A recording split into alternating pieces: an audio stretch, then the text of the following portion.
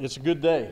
Good day for Lobo basketball, a good day for our program, a good day for my family. So real excited about the new contract. Couldn't be more happier. I want to thank the President Frank, Paul Krebs, of course the regents of the university, and also the fans. I wouldn't be here if it wasn't for the fans originally pushing for me to get the job, and then Paul and President Frank believing in me. So very good day, really excited. It's going to help with our program going farther and further and really secure what we're doing here. So that's a big thing for recruiting and things that we need to get done here as a program, and we'll continue to work hard to do that. Have you already seen any of the fruits of that as far as recruiting? I know you had some guys and stuff like that. Yeah, it's helped. I mean, I can't comment on it, but it's definitely helped, and I think we're making some headway. And my goal is to get as far ahead as we can in recruiting, and I think we've done a good job with that. Hopefully we can we start recruiting tomorrow, and it's really good timing for my contract to be announced, and also for the guys that are here. And I got to thank a lot of the players that have been here.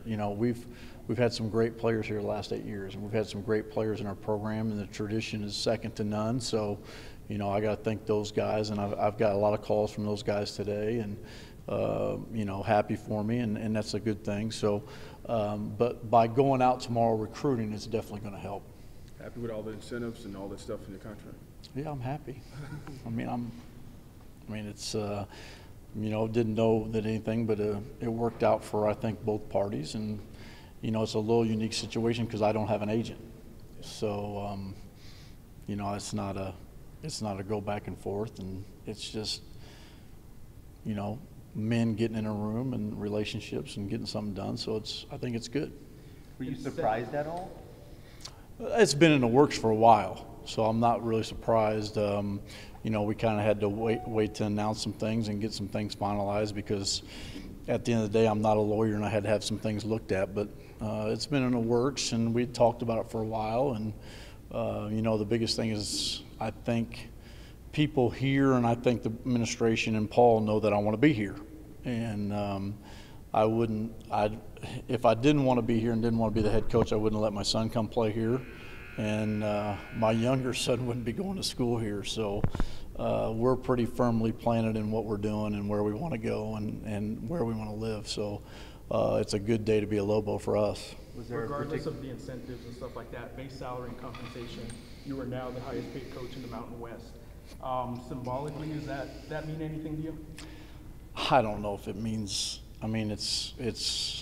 It's flattering and humbling, and we got a lot of great coaches in our conference, so we've just strived for excellence in everything we do. So, I got to continue to work hard and continue to keep our program at a high level. So, I really don't get into those numbers because I don't have all the other contracts. I kind of know, but it's something that I'll have to deal with, and hopefully I can handle that. Pressure on you? I think it's pressure any day in this job.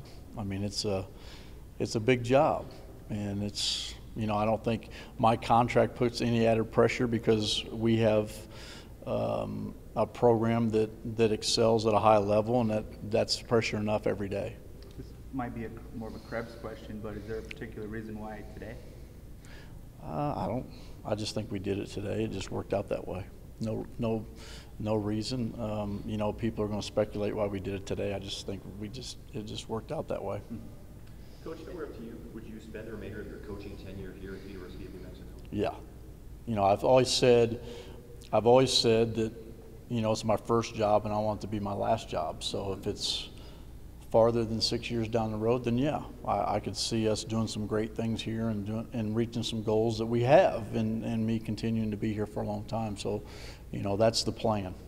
Is it kind of like building a program? Like, I know you come from Indiana, how Knight did it down there. This could be your Indiana, so to speak. Well, I think Steve started it, and I got to thank him for giving me the opportunity to be here in the first place. And he started it, and we came in and did it together and kind of put the blueprint in place. And that's what you want. I think the main thing about this place is the passion and love for the game, and the facility that we have to play in the pit. And you want to make something your own, but it'll always be part of Steve, and it'll always be part of myself because we did it together, and then he left and I've just continued it. But it would be nice to make it a really special place like that, and I think it can be. Coach, why do you think you got the raise? I mean, why do I think I got the raise? I think I've got a connection with the community. I think I spend a lot of time in the community. I do a lot of things because I'm one of those guys that really believes in that we're in this together. Football, softball, track field, soccer, I think that it's all under the same umbrella. And I've understood that. I was taught that. So, and I think we had success. What people don't realize is, you know, we had a really good year. Could it have been better? Yeah, but the pressure was to have that good a year. And we could have went the other way several times in several games, and we didn't. And I think Paul realized that it wasn't an easy situation and was rewarding me for that. And I think once we got down to the Final Four and people were talking about the year and the job that I did, you know, he realized that he wanted to keep me here. And I wanted to stay here. So I think that's the biggest thing. And it's a very, very privileged job to be the coach here. And I think they know that I take that serious. You aware of teams reaching out, putting out feelers? Yeah, you're aware because they're trying to reach out to you. And, you know, it's in my contract, and I wouldn't talk to anybody. But there was several teams that called, and Paul understands that. But I never talked to one of them where it got real serious because I was happy here. And plus, I'm not the type of guy, and you know, a lot of us aren't, that, you know, I had a hard enough time coaching my first year, let alone try to talk to somebody and still coach my team. So, you know, I was pretty focused on them. This isn't unique to New Mexico, but any coach anywhere gets a big raise like this on a university campus. There are people that don't like seeing that, right? Especially when there's not equal pay raises going on across a campus. What do you say to people that are upset when they see a pay raise like this? I don't think it's my position to really say anything. I mean, I'm just trying to do my job the best I can.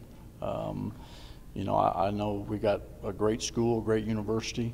We got a great state. And I'm just very privileged to have the situation that I got a contract that'll keep me here for a long time, and I'm very privileged and very appreciative of that. But I don't get into that part of it. I just got to kind of do what I do. At least in terms of the feelers, is that a flattering feeling? Yeah, I'm in a unique situation, guys, because I told Matt this when he first got the SID. I'm one of those unique guys that they don't know me by my first name. They know me by a nickname. So, you know, I've been in this business for a long time. I worked in the NBA for 10 years. I know a lot of people. I've been very fortunate to be around a lot of great people. But I've worked hard, and people know what I'm about. So I think with the success of being a first-year coach and getting an opportunity, I think people always question, well, he's never coached. He's never been a head coach. And then when you get the chance and you do well, I think then that opens up avenues for people that know you and have interest because you've actually done it at a high level. And it wasn't easy. I mean, I'm taking over for a guy that did unbelievable things in this program that haven't been done before. You know, we've talked about a lot of things, but I mean, we've won this conference tournament 3 years in a row, and that's never been done in the conference. So, you know, it's one of those things where if you do something that has always been a knock on you, which mine was when I've interviewed for other jobs, is I've never been a head coach. Well, then when you do it at a high level, then the interest grows because people know you and they know what you're about. So just very, very humbled about that, and just really more excited to get back to work and get going, which we'll do today. And how close are you to completing your staff? Pretty close. I just need to hire an ops person. So hired Ben Sanders is our video guy that came from Rice with Ben Braun, and then we hired Allen. So we'll hopefully have somebody in place by the 18th of this month. Is that good, guys? Yeah, thanks. Thanks for coming. Really appreciate you guys. Thanks.